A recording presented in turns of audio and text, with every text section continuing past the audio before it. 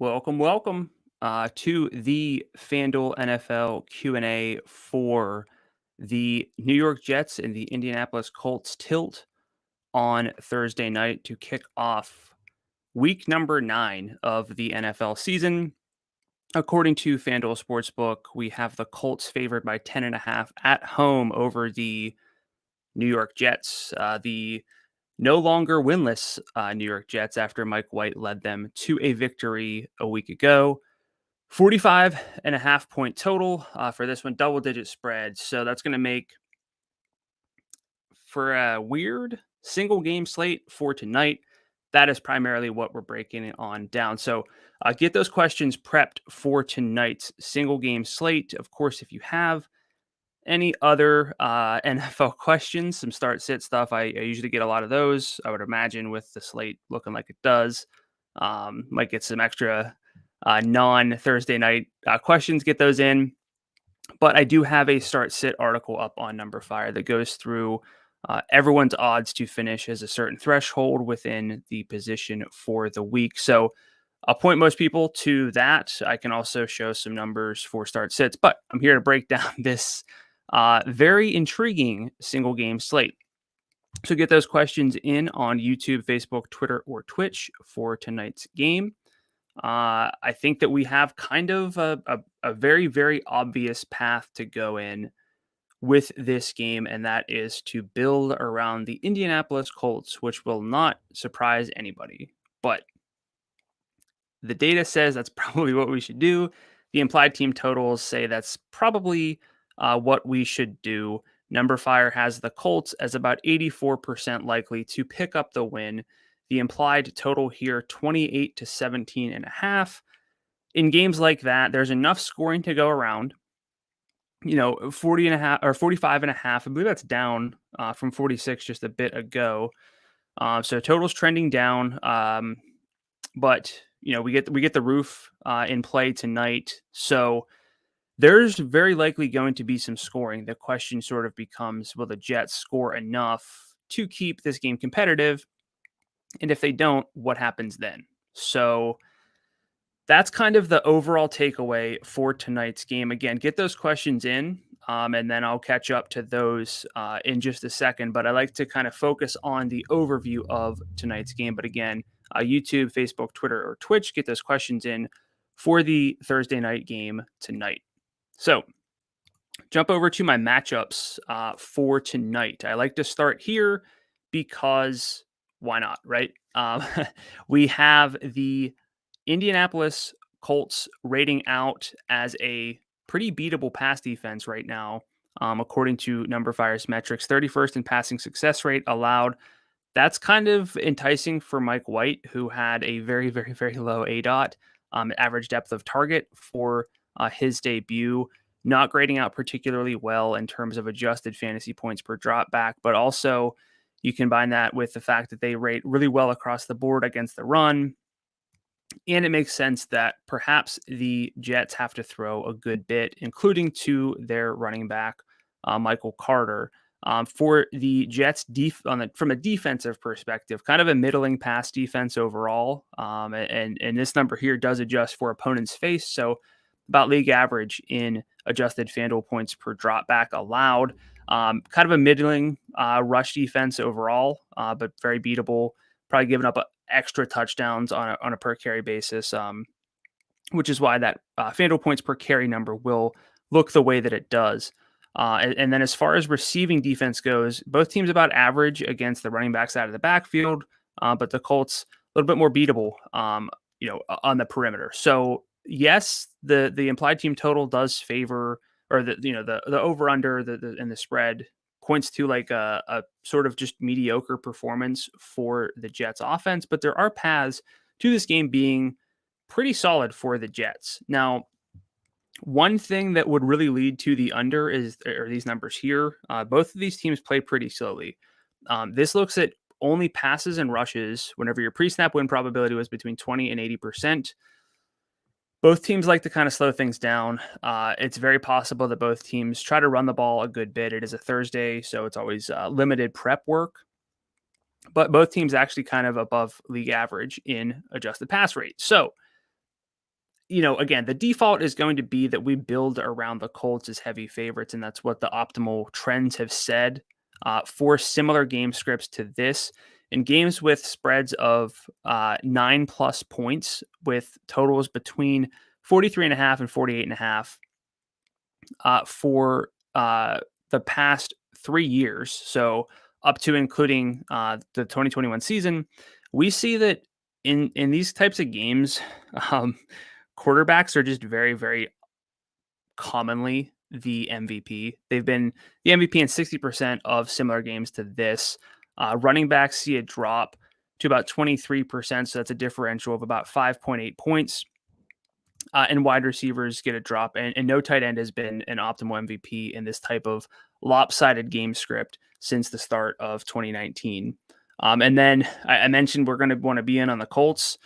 About 83% of the optimal MVPs in similar game scripts have come from the favored side. So that's going to point us to the Colts, which again, not really like surprising, but there still are going to be ways to differentiate. And one thing that jumps out to me is that in about half of these similar games over the past 3 seasons, the favorite quarterback has been the MVP. So I think a lot of people are going to want to build around Jonathan Taylor, kind of sell themselves on the idea that they're going to play from ahead. The Colts are. Run the ball a ton with Jonathan Taylor. His red zone role is phenomenal, and that he is going to be the MVP. And my sims say that he has the best case to do that, but all it takes is some touchdown variance to go in the favor of Carson Wentz, and Jonathan Taylor is not the MVP. He might not even be at his salary in the optimal lineup if Carson Wentz does have a good passing game and throws multiple touchdowns to various receivers and tight ends. So that's really the path for Carson Wentz to be the MVP. Again, that's not really like a hot take, but if we get the vibe that it's going to be Jonathan Taylor primarily, then Carson Wentz has a very, very easy case to make based on how heavy scripts have favored quarterbacks as opposed to favored running backs. Favored running backs, they can be, they kind of feel like they're the right play all the time, especially even on a main slate. But if the game's out of hand, it's a lot harder for running backs to generate extra touchdowns, extra touches late in the game. And so that's why I think Carson Wentz is a great MVP pivot away from Jonathan Taylor for tonight. I always like to look at kickers and just kind of see. We do see about the same percentage chance that a kicker is in the optimal lineup in games like this as opposed to a full sample. It is a little bit lower. Makes sense because one of the kickers is just kind of naturally scripted out if their team's trailing early and often. And then not a whole lot of MVPs coming from underdogs, but when it is, it has been the underdog quarterback very often. So that would point us to some Mike White if we want to go that route. Okay. So that's kind of the overview for tonight. I will jump into some questions and get caught up there. Andrew on Facebook is asking, is Mo Alley-Cox worth a play in DFS, or is Zach Pascal a better option? So I'll pull up my sims here and look at Pascal and Mo Alley-Cox, who happen to be together here. Very similar salaries, so I see why you're asking. The simulations I run, which are based in Number Fire's projections, I run the slate 10,000 times through the sims and see what happens, see what the ranges of outcomes are. Unsurprisingly, Pascal is the preferred option from a median standpoint, but also a little bit from a ceiling standpoint. About 10% likely to make it into the top 5, which is kind of an easy way to think about the odds that he'll finish inside the optimal lineup. Although, again, at lower salaries, you don't really need a top 5 score. For Mo Alley-Cox, it's 6.5%. Notably, too, very, very similar touchdown odds according to Number Fire's projections. But on FanDuel Sportsbook, Zach Pascal's at plus 195 to score, so about 34%. So about 1/3 of the time he's expected to score from that perspective. Outperforming what Number Fire has to say with his scrimmage touchdowns. Mo Alley-Cox plus 330. So about 23%. So I know that most people will side with Pascal there, but I think that's the right play. just historically, I've done research on optimal after optimal, and tight ends don't really have the leverage without multiple touchdowns to make an optimal lineup. Ali Cox can do it with one touchdown if we say that there's not a whole lot of scoring going on. But like, I always tend to side with wide receivers, especially guys who probably won't be that popular. I think that from a salary standpoint, Ashton Doolin at 5,000 will draw a lot of attention from the Colts because he's out there running around. It's not getting a whole lot of usage right now. I really liked him as a small school prospect coming out, so I will be tempted by that as well. But I do think that we can probably not worry too much about Zach Pascal, and he pairs really well with a Carson Wentz MVP lineup. So if we could go Wentz at MVP, Pascal, and Ali Cox if we wanted, and we say, hey, that's where the touchdowns are going. It's not going to be, Jonathan Taylor, and it's not going to be Michael Pittman Jr. And then you build around some Jets, and you say like, hey, that's a way that this game could go, where Taylor and Pittman just don't happen to score the touchdowns. Like, that's not that crazy because touchdowns are a high variance game, even though Jonathan Taylor's minus 210 on FanDuel Sportsbook to score. But that's kind of all it takes, where lineups that are centered on Michael Pittman Jr. and Jonathan Taylor don't really have the leverage. So it's scary, but it's not really that far out of the conversation because, again, we're looking at about 0.25, 0.3, let's say, between the two that they score. Like, that's pretty nice. So I'm pretty into Mo Ali Cox, but also Zach Pascal for tonight. DJ's asking Jordan Love this week with Rodgers out. So Jim Sonis and I talked pretty much at length on Jordan Love's viability from a DFS standpoint on this week's Heat Check DFS podcast, which comes out every Thursday. We preview the main slate. He and I think more aggressively, I am a little bit low on Jordan Love, I think, compared to consensus, because the Packers run a really, really slow offense. They're about the slowest team in football. I think my numbers have them as the slowest team in football, but what are the odds that they are going to speed things up as underdogs against the Chiefs? Seems pretty low. And the Chiefs basically invite the run with how they play.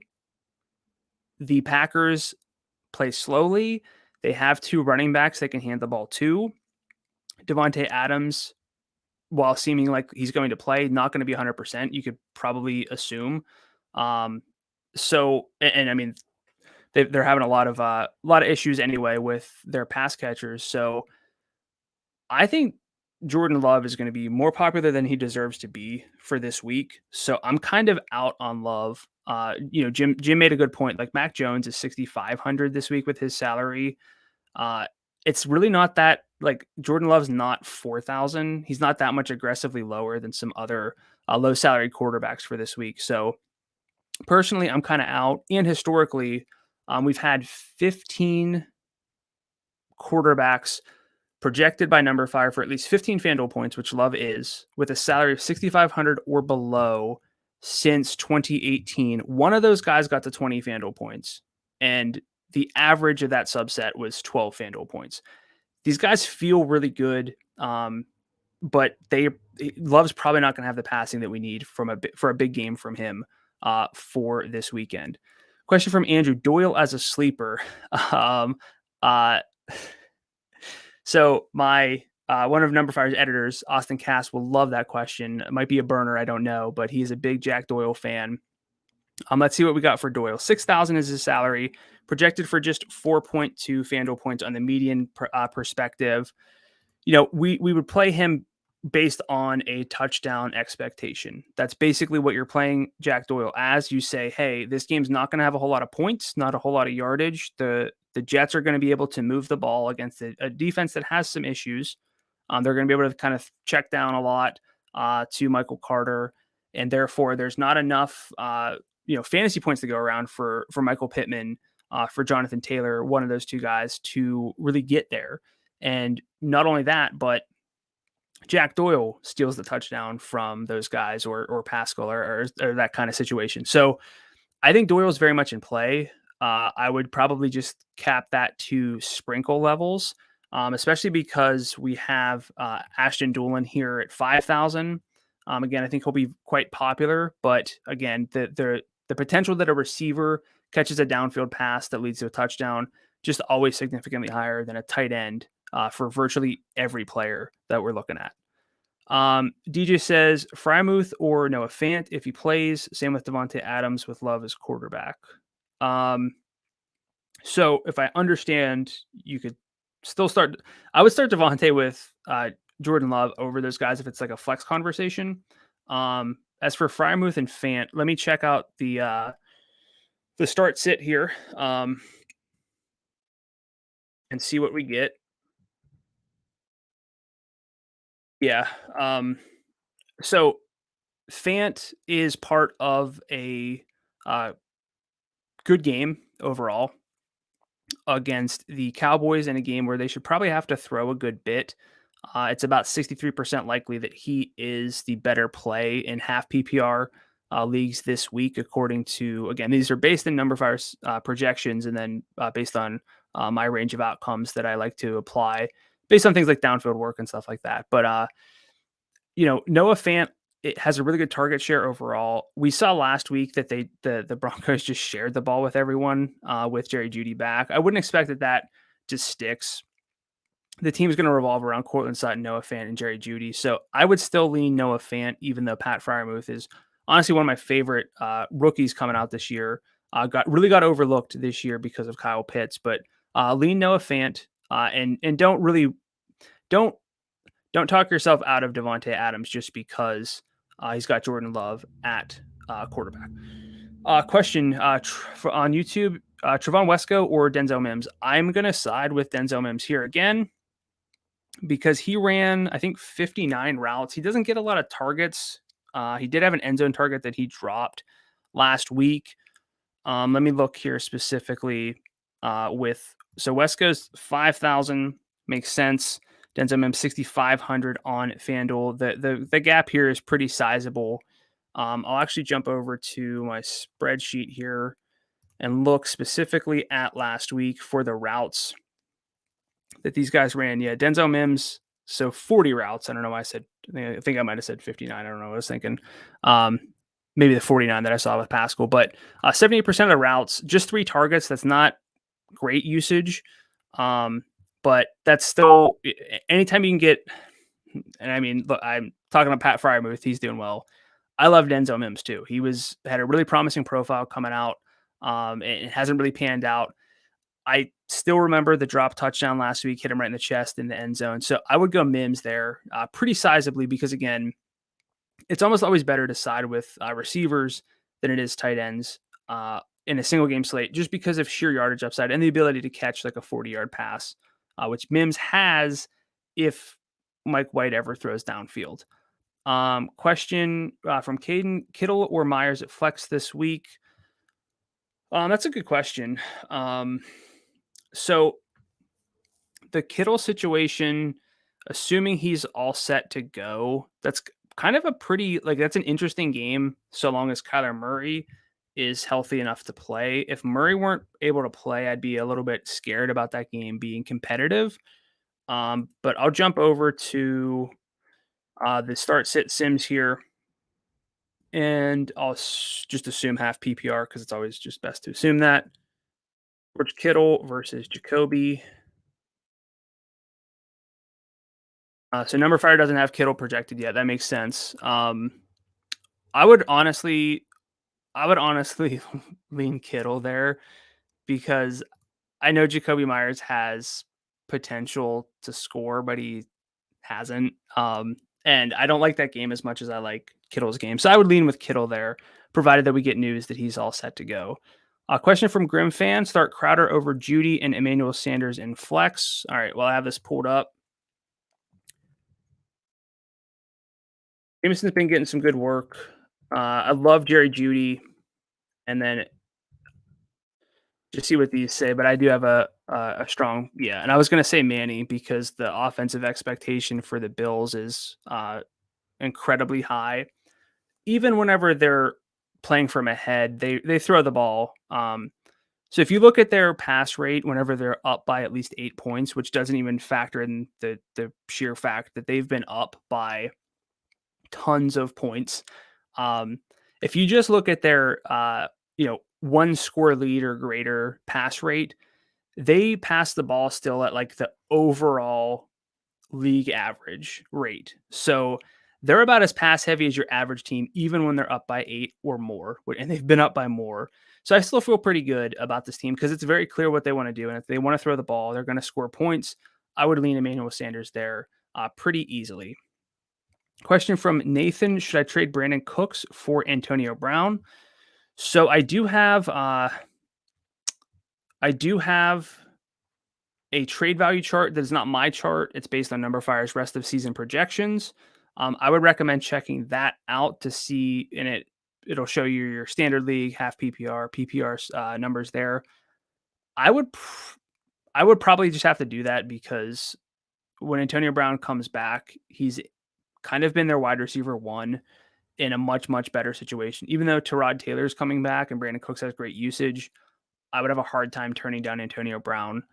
So long as you're in a good position to wait until Antonio Brown is ready to come back. Question from Jordan: tonight's Elijah Moore.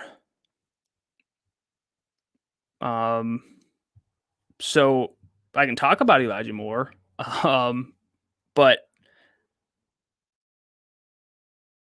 I don't know if I'm missing something. So Moore has been pretty solid despite his limited route rates. 35% routes last week, 8.6 expected FanDuel points last week on his 6 targets. I have no significant issues with Elijah Moore. Pretty solid projection for him at a reasonable salary of 8,000. So I'm cool with Moore. They've tried to get him involved, and you would think that someone like that with a low A dot or the capability of racking up targets with a low A dot would fit well with Mike White for tonight. So I'm good with Moore tonight for sure. Question from Naughty42: Cole Beasley or Jameson Crowder at flex? Probably gonna lean Cole Beasley there as well, but I'll at least run this through and see what happens. So we got Crowder, and this is full PPR, so I'll make that adjustment. Um,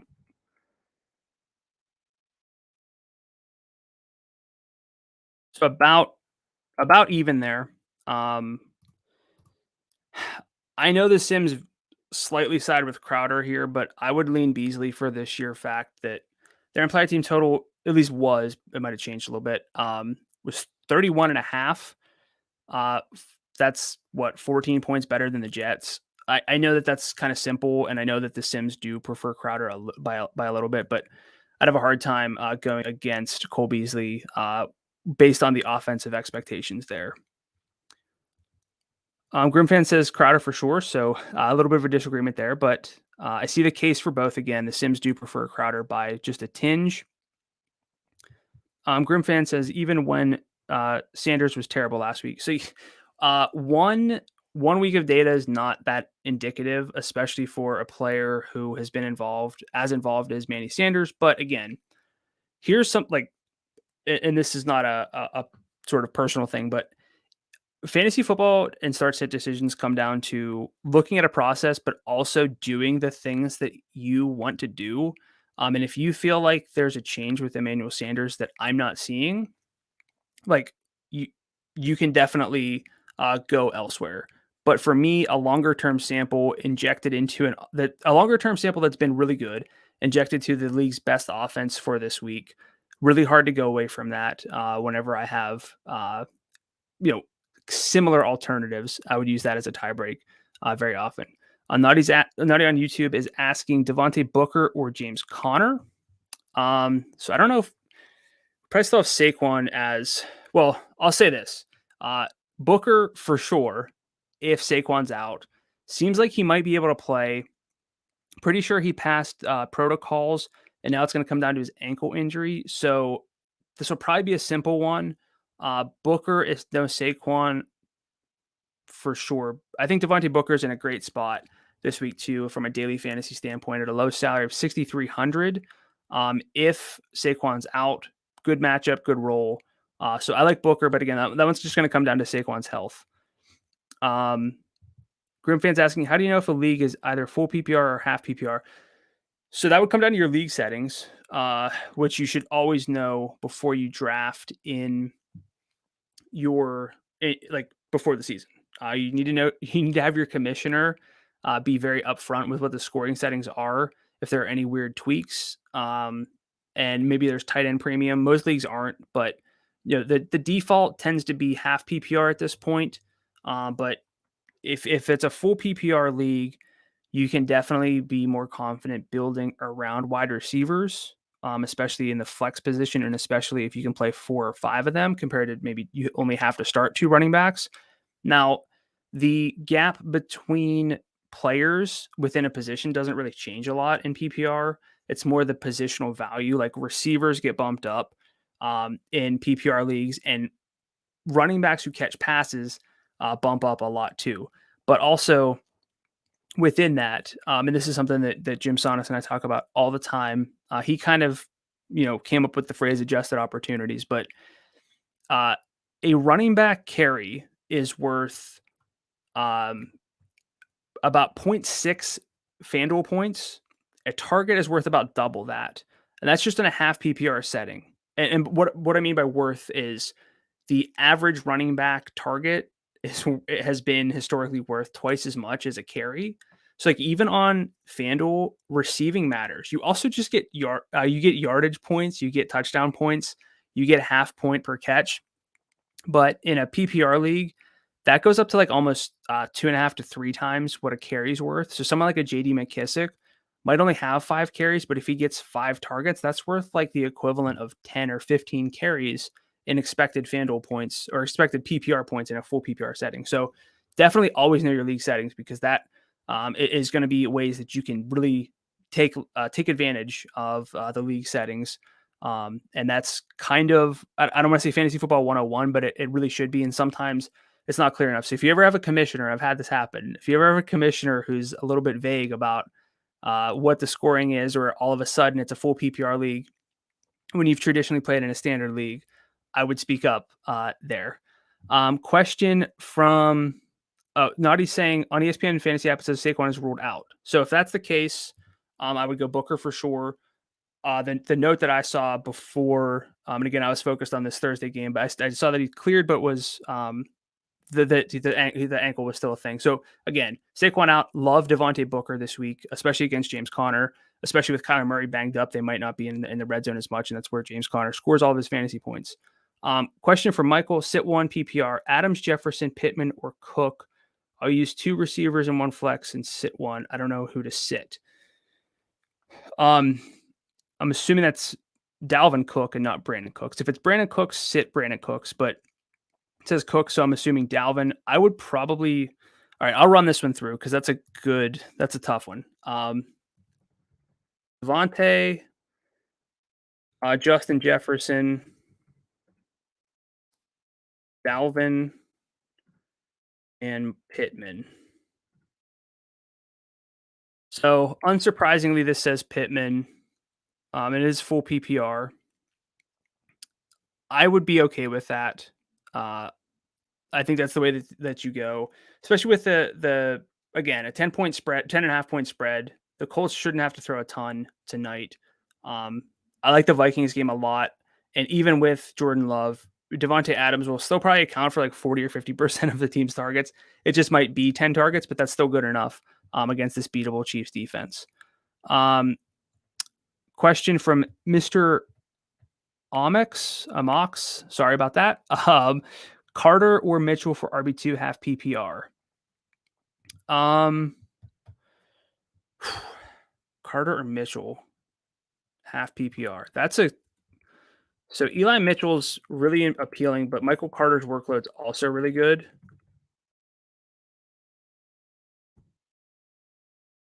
What number fire says, half PPR. Let's go half. Yeah. So number fires, Sims, or like, our combo Sims would say Carter. I'd probably lean Eli Mitchell though myself. I know that's conflicting. but Eli Mitchell in a much better offense with a better game overall. So I would go Mitchell as opposed to Carter, who might get like 8 targets tonight with a low A dot and a negative game script. But I'm gonna side Eli Mitchell there. Final question for today. I recently lost Derrick Henry to IR, but my team running back Kamara, AJ Brown, Chris Godwin, Chase Claypool. Thoughts on trading Kamara and Godwin for Jonathan Taylor, Mike Williams, and Jeremy McNichols? So you can check out the trade value chart that I publish on Numberfire that comes from rest of season projections from Numberfire. I would probably say I would rather have Kamara and Godwin the rest of the season. Mike Williams has some weird usage going on. His target shares dropped a lot. We don't know what Jeremy McNichols will do. And if Jeremy McNichols takes over the Derrick Henry role, then you'll want that side. But I don't think that's the case. They already brought in Adrian Peterson in a lot of places, including Numberfire project him to kind of take the 1A role there, especially the early down work. So I would stick with Kamara and Godwin and take your chances at running back. That's going to do it for me for today. We didn't talk too much about the slate, but I did get to show my Sims for today. Talked a lot about some start-sit stuff. So thank you for tuning in. Thank you for the questions. It always helps whenever I have some stuff to talk about and not have to sit here and make things up for half an hour. So thanks again. Thanks for tuning in.